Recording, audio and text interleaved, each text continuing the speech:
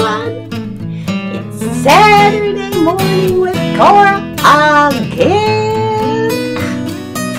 I am so happy to be with you again this morning, even though it is a little late.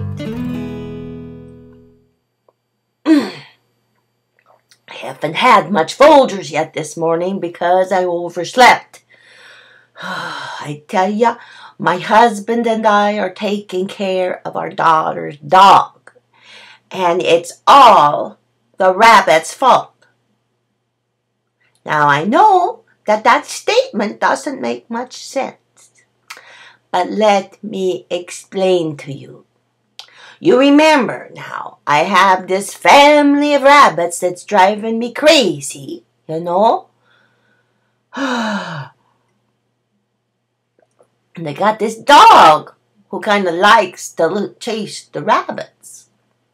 So last night, the dog kept waking me up, and I'd say, "Addie, do you have to go potty?" And she'd go crazy, so I'd take her out there. Hell no!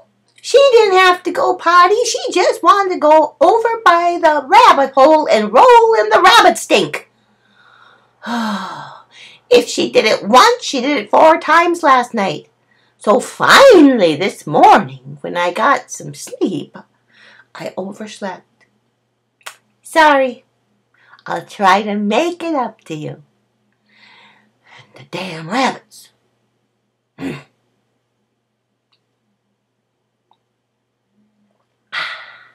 Anyway, last week, Emma and I were trying to find bingo in Grand Forks, North Dakota.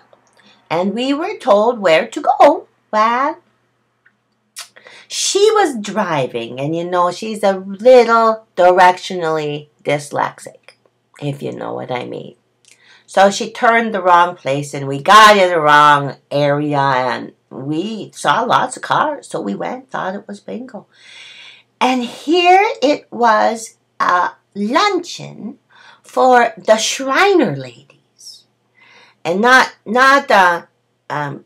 Lorraine Shriner, not her, but the Shriner's wives. Yeah, and they got all these titles. Some are called the Lady of the Imperial Marshal and the Lady of the Imperial Potentate.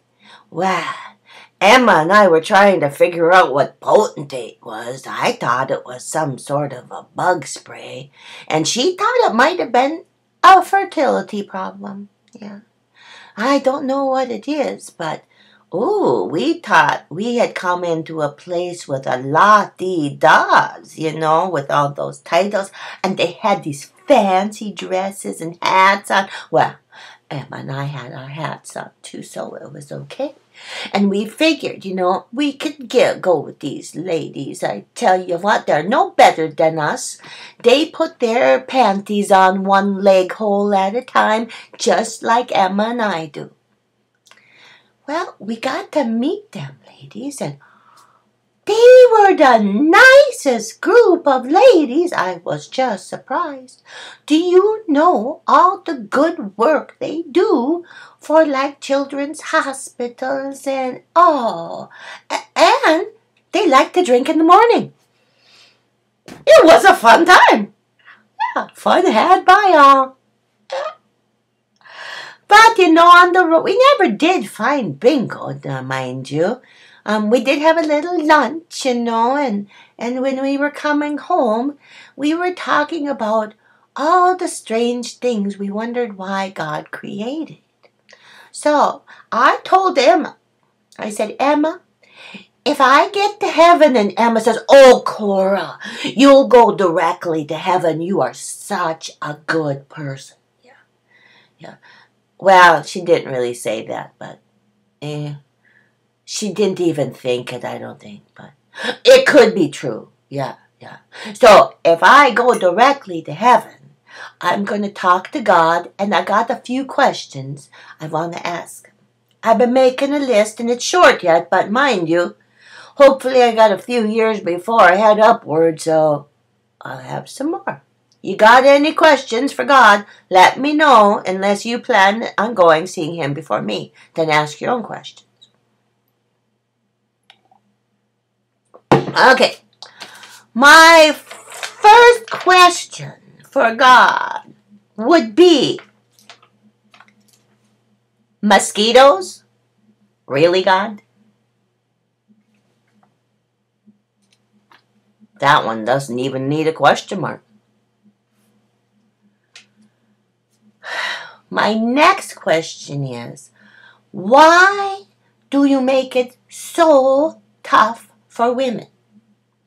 First you have cramps, then you have childbirth, then you have hot flashes, and then you have dried up places. I mean, the list goes on and on. Now, mind you, God, I know that Eve pulled the apple off the tree. But man was stupid enough to eat it, so it should be 50-50. That's what I think. That's kind of not a question much either. Well. Oh, and my next question.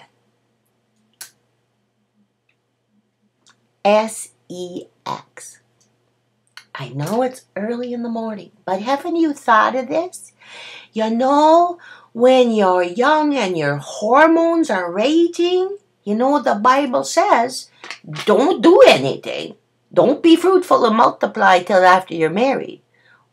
Well, the priest or the minister and the Sunday school teacher tell you that anyway. But okay, so you got raging hormones. You want to be like those bunnies out in my yard, and you're not supposed to do a thing. Then when you get to be my age, you got all the time in the world. What else could you do, you know? And you just don't wanna. Or you just can't anymore. Things just don't work. Seems like it should be the other way around.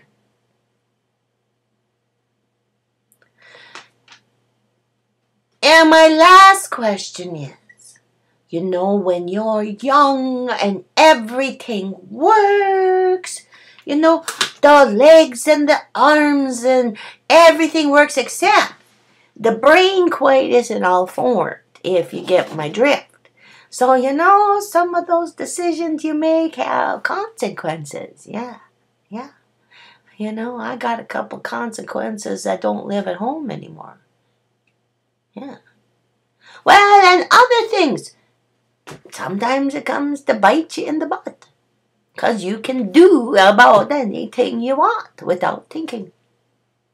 Then, when you get older and you get much wiser, your body don't let you do a thing anyway. So you don't have to make any decisions.